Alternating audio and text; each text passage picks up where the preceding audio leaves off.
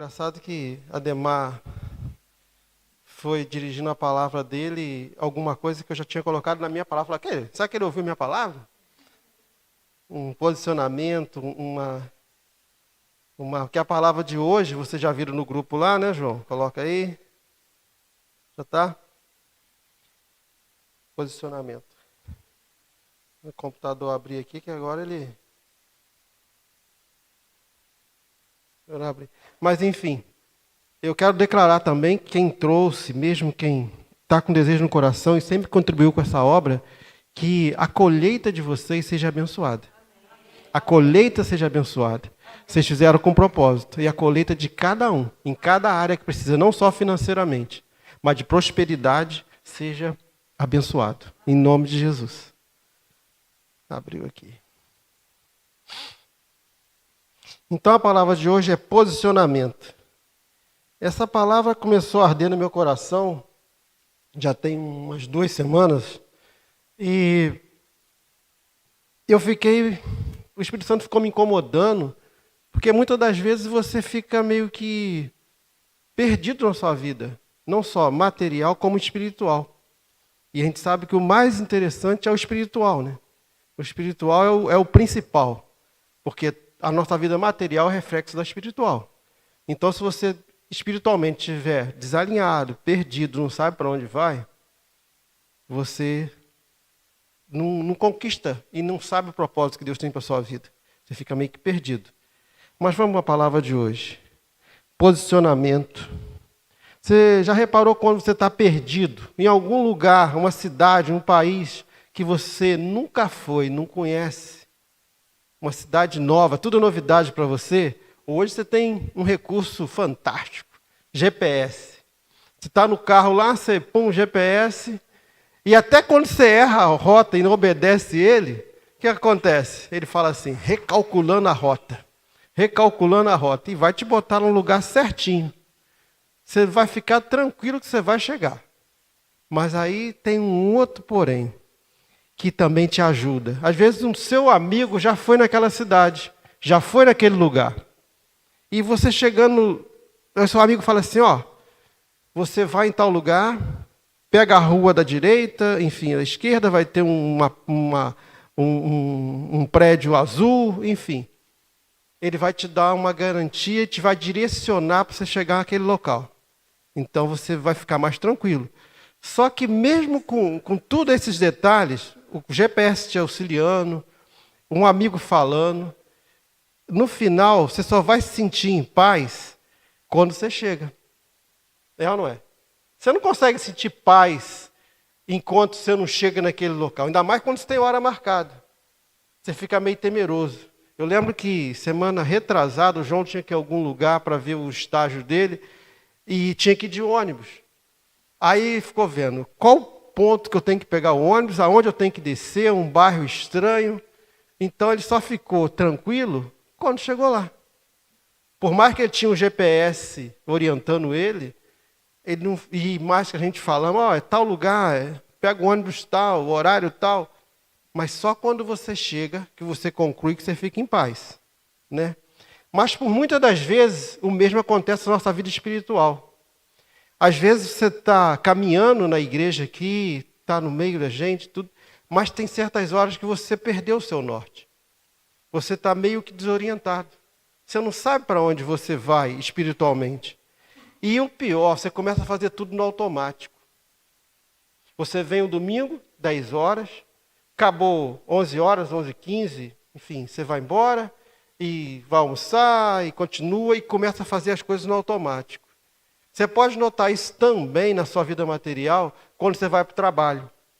Se você todo dia pega o carro e vai para o trabalho, igual a mim, que usa o carro todo dia, ir e voltar e tal, você começa a fazer as coisas no automático, você nem vê por onde você passa.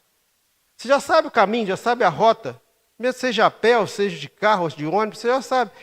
Você sabe, ali às vezes construiu algo novo, tem algo novo pelo caminho, mas você está tão no automático que você não vê mais. Na sua vida espiritual, quando isso acontece também, é terrível. Que você começa a fazer e você não nota. Que o Ademar esteve aqui hoje e contou um testemunho. passa a ser automático. Você não nota mais o que Deus tem feito na sua vida, nas pequenas coisas. Então, esse direcionamento que o Senhor coloca, por muitas vezes você se perde. E o mesmo acontece na nossa fé. Há momentos que não sabemos o posicionamento real. O que Deus tem para você? Muitas vezes, o que você tem feito aqui na igreja? Por que você vem? O que você espera de Deus? O que Deus tem para você? O que Ele tem posicionado na sua vida? Para que lado Ele quer que você vá? Com quem que Ele quer que você ande? O que Ele quer que você ouça, né? Então você fica meio que perdido.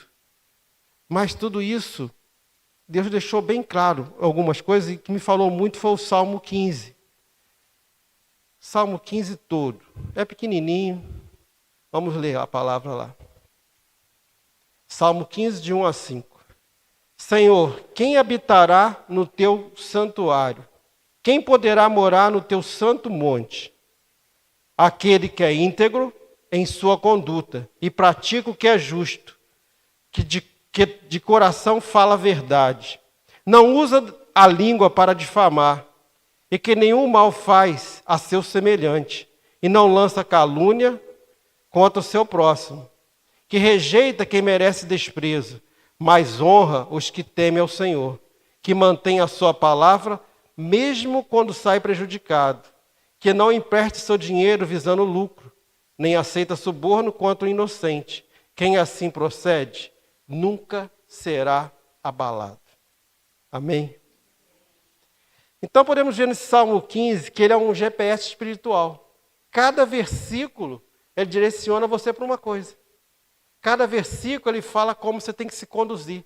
A conduta do cristão, o posicionamento do cristão. O Salmo, no 1, ele fala, como lado espiritual, né? No versículo 1, da presença do Senhor, nos orienta através de uma pergunta: quem morará no seu santo monte? Então, nessa pergunta, o salmista revela para onde ir. Você tem que ir buscar a presença de Deus. No tempo antigo, o local que se buscava a presença era no Monte Sião. A presença física de Deus, na frente da arca, estava ali, no Monte Sião. Então, por isso que o salmista relata isso. Naquele tempo, o povo, para buscar a presença, ia no Monte Sião. Mas e hoje? Hoje, Davi faria qual pergunta? Davi poderia fazer a segunda pergunta: quem pode viver em comunhão profunda e contínua com o Senhor? Que naquele tempo, para buscar comunhão, para buscar a presença, ia no Monte Sião. Hoje, como é que você busca essa presença? Você tem que ter comunhão profunda e contínua com o Senhor. Não se trata de uma visita rápida ao domingo, igual eu falei. Vim aqui domingo, rapidinho, 1 horinha. Mas é mais. É você sentir a presença, você estar sempre buscando a presença de Deus. Sentir Ele sempre contigo, ter estabilidade, permanência na presença de Deus. Temos que buscar a presença para ter intimidade com o Senhor. Porque você não consegue ouvir o que Deus tem para a sua vida, direcionar você, se você não busca intimidade. E a intimidade vem através da palavra. Venha todo dia você buscando, lendo a palavra do Senhor, Ele vai se revelando a você. E quanto mais íntimo, quando você começa a conversar com uma pessoa, você consegue ganhar intimidade com ela, quando ela abre o coração e você começa a conversar. Que quanto mais você conversa com a pessoa, você nota que você passa a conhecê-la melhor. Seja num momento que ela está passando dificuldade, um momento de alegria, você tem intimidade com ela. E com o Senhor também é assim, o Espírito Santo de Deus é isso. Você tem que se abrir, você tem que conversar com Ele. É conversa com o Senhor, que é através da oração. Quanto tempo você tem tirado de oração para ganhar essa intimidade?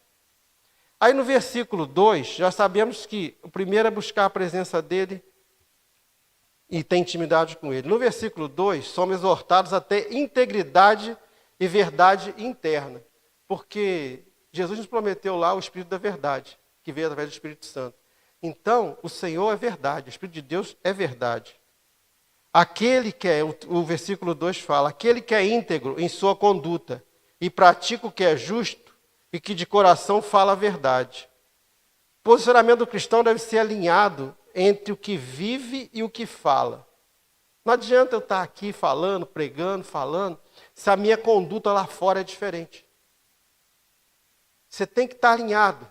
Integridade, verdade tem que ser uma só. O que eu falo aqui, o que eu vivo, o que você fala, tem que ser uma palavra só. A palavra de Deus diz o quê? Sim, sim e não, não. A sua integridade tem que ser por inteiro. Integridade quer dizer completo. O cristão íntegro é a mesma pessoa na igreja, no trabalho, e quando ninguém está olhando. Você não é um aqui, você não separa a vida espiritual da sua vida material, você é um só. Você é um. Não importa onde você esteja, você é cristão e a sua conduta, seu posicionamento é como um cristão. Uma cópia de Jesus. Então você tem que ser um só. Podemos pensar só por um minuto na seguinte hipótese. O que você tem feito, eu posso fazer na sala de casa diante de toda a família? O que você tem feito na sua vida normal? Você pode fazer na sala de casa diante de toda a família? Não vai entristecer ninguém, não vai se escandalizar ninguém, vai ser para edificar? Na prática, o Espírito Santo está conosco a todo o momento. Ele nunca nos deixa só. Ele está vendo tudo que você tem feito e pensado. Então vai mais fundo. Tudo que você tem feito e pensado, ele está com você. Então, você ser íntegro é você ser um só. Não interessa se você está no trabalho, está na igreja, está na escola, está na rua, está em momento de lazer. Mas tudo que você faz tem que ser com integridade, com verdade. Esse é um posicionamento. Praticamos o que é justo. A fé cristã não é apenas teórica, ela traduz em ações corretas do dia a dia. Então eu falo, eu tenho fé, mas as suas ações traduzem isso? Expressam isso?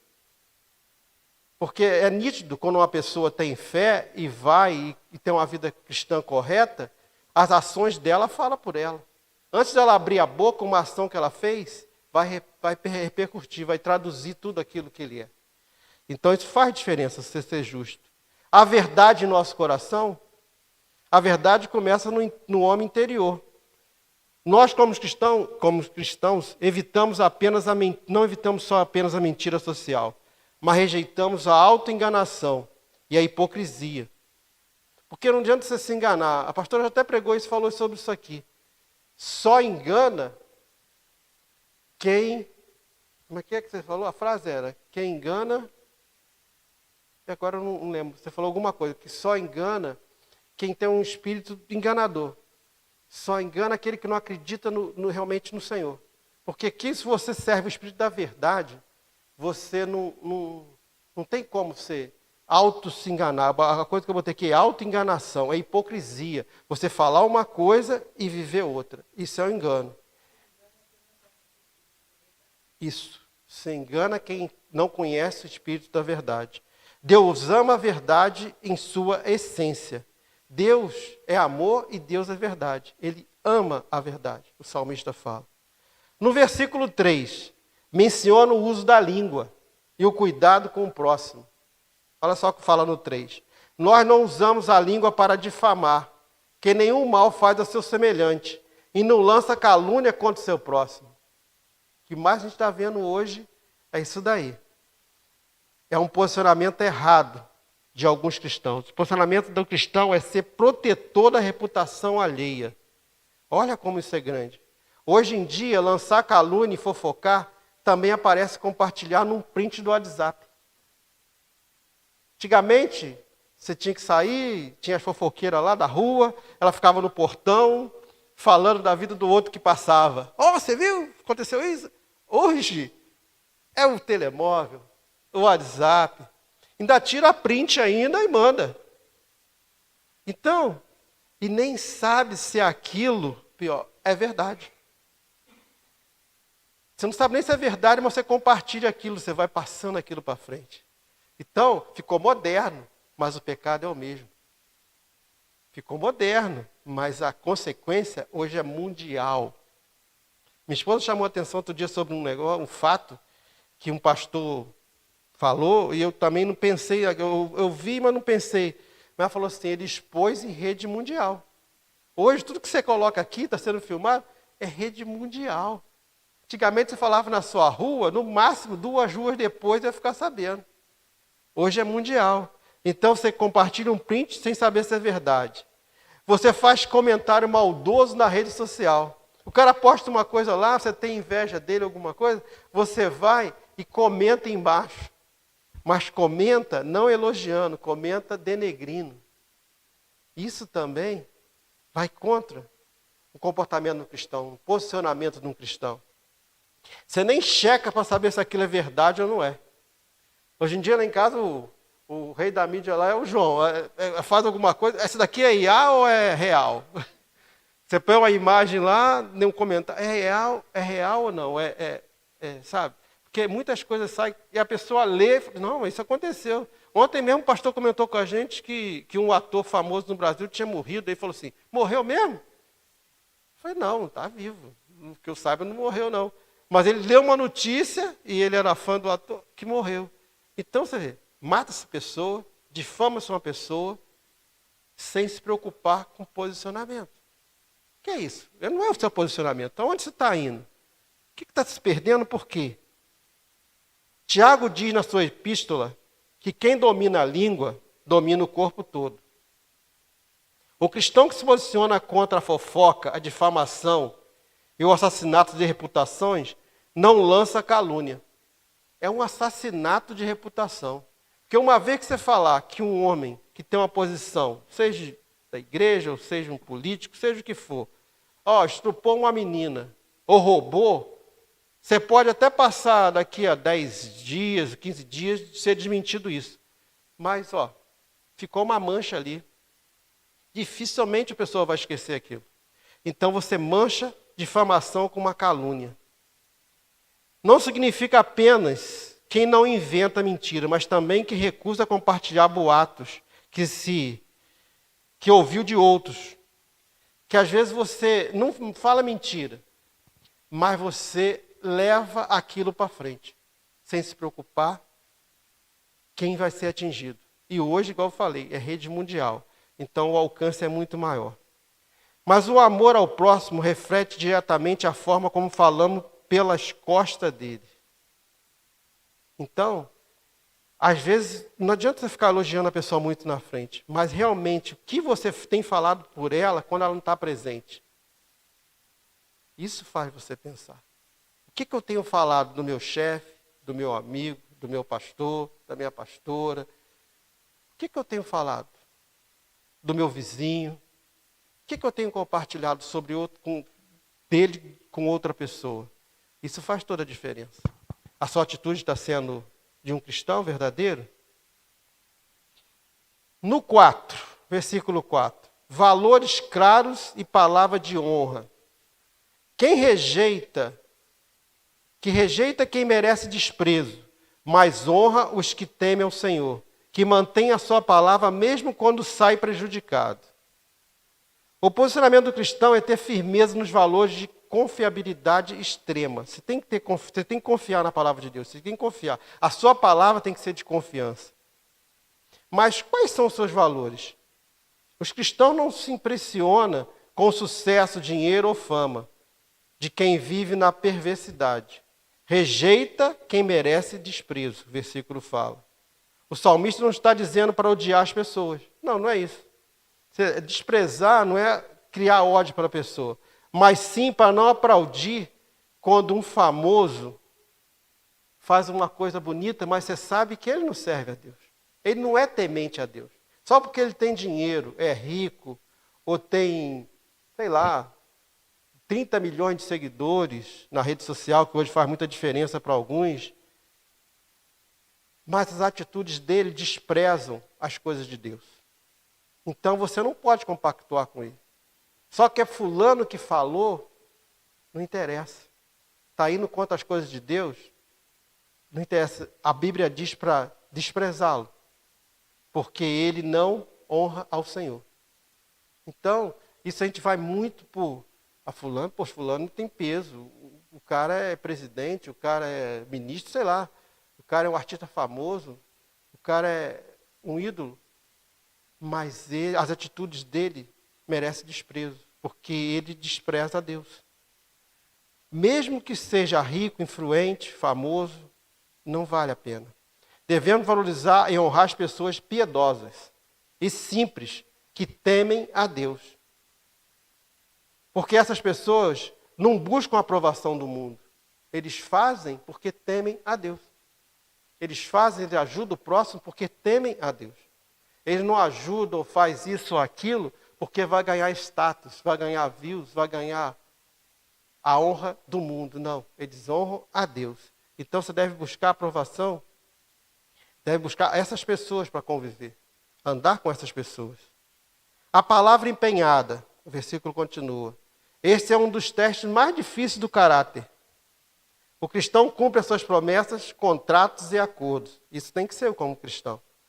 Cumpre a sua promessa, palavra dada. Contratos, acordos. Mesmo quando as circunstâncias mudam e ele descobre que vai tomar prejuízo. É duro, né?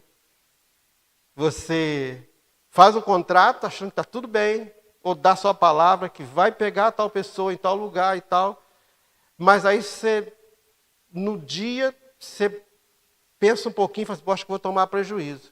Um prejuízo pode ser financeiro, pode ser até de tempo, mas você estava ocupado, você deixou de fazer aquilo para servir a pessoa, mas você deu sua palavra. Então, o prejuízo não é tempo. Ou esforço. Talvez você faz um esforço tremendo para ajudar uma pessoa e depois você vê que não era bem aquilo, mas você deu a sua palavra. Então você vai e abençoa, você cumpre a sua palavra. A sua palavra vale mais que um documento assinado. É isso que nos revela a sua posição e caráter. Porque através da palavra dada, revelou o seu caráter, a sua posição. Você se achou. Eu sou realmente um homem de palavra. Antigamente, as pessoas não assinavam nada. Vocês sabem disso, o pessoal que é mais antigo um pouquinho. Pegava na mão, palavra dada, acabou. Não volta atrás. Isso é o posicionamento do cristão. Não precisa reconhecer firme em cartório. Não precisa autenticar nada. A palavra foi dada. Boa. A minha esposa, de tempos atrás, ela contava sempre um caso seguinte. Eu tinha esquecido disso. Uma vez um rapaz pediu um dinheiro porque estava com a luz cortada. Eu tinha o dinheiro na conta e prestei para ele. Vai lá, apaga a luz e tal. Aí passou. Aí um dia ela está na igreja, aí o rapaz entra e ela pega ali, ela entra e vê o rapaz falando mal de mim. Aí ela fica irada. E tal, olha, falando mal de você. Eu falei, fica tranquila. Mês que vem tem luz de novo. Dor de barriga não dá uma vez só não. Entendeu? Se você não está em posicionamento com Deus, o que tem acontecido na sua vida, infelizmente vai se repetir. Porque você não se posicionou ainda. Não é uma maldição que o pastor está lançando nem nada, mas é hora de se posicionar. Se você não tem um caráter que engana, está sempre, sabe, quem te ajuda você está falando mal, vai acontecer de novo, porque você não posicionou. E Deus não pode te abençoar se você está indo contra a palavra dele. Versículo 5. Nos fala da justiça financeira e da promessa de estabilidade. O 5 fala, quem não empresta seu dinheiro visando lucro, nem aceita suborno contra o inocente. Quem assim procede, nunca será abalado. O posicionamento do cristão deve ser desapegado de bens materiais, ter uma justiça inegociável. Não interessa se você vai levar vantagem ou não. Você é justo. Justo não é pedir mais, não é querer mais, pensar só em você e não pensar no outro. Você tem que ser justo. Nas finanças, vamos ver aqui no versículo 5 o que eles falam. Segundo o versículo 5, a proibição de emprestar dinheiro visando lucro referia-se a não se aproveitar da miséria do irmão, necessitado para extorquir juros dele. Porque às vezes, isso já conheci várias pessoas dentro de igreja e fora de igreja. Quando a pessoa está mais apertada, é o caso do agiota, né? Ele vai lá e te empresta um dinheiro. Só que o juro é exorbitante. É juro é quase que impagável. Então, o cristão não se comporta dessa maneira. O posicionamento aqui é de generosidade. O cristão usa o dinheiro para abençoar pessoas, não para explorar a vulnerabilidade alheia. Eu tinha uma coisa na minha cabeça, o seguinte: se você tem condição de abençoar, a gente fala até que dinheiro não deve se emprestar, que você pode perder um amigo. Mas se você tiver condição de abençoar, você abençoa e não espera. Na sua cabeça põe assim, ó, eu estou dando. Se ele pagar, glória a Deus. Ele vai mostrar o caráter dele. Mas se ele não pagar, você também está tranquilo, porque você deu. Na sua cabeça você deu, você não emprestou, você deu. Porque você está sendo generoso. A Bíblia manda ser generoso. E também você já testou o caráter dele. A segunda vez a dor de barriga vai dar de novo? Você não precisa emprestar. Entendeu? Já comprovou. E eu acho que ele vai ter, a maioria, né, tem até vergonha na cara de chegar até você e falar assim, me empresta de novo. Tem muitos que não, mas tem outros, né, que pelo menos um sensozinho, mas de qualquer jeito você já está tranquilo. Você foi generoso, você emprestou e fez a sua parte. Se não pagar, é ele com Deus. Amém? É desse jeito. O cristão usa o dinheiro para abençoar, não para explorar a vulnerabilidade alheia, como eu ia dizendo. Jamais aceita suborno, isso é coisa terrível também.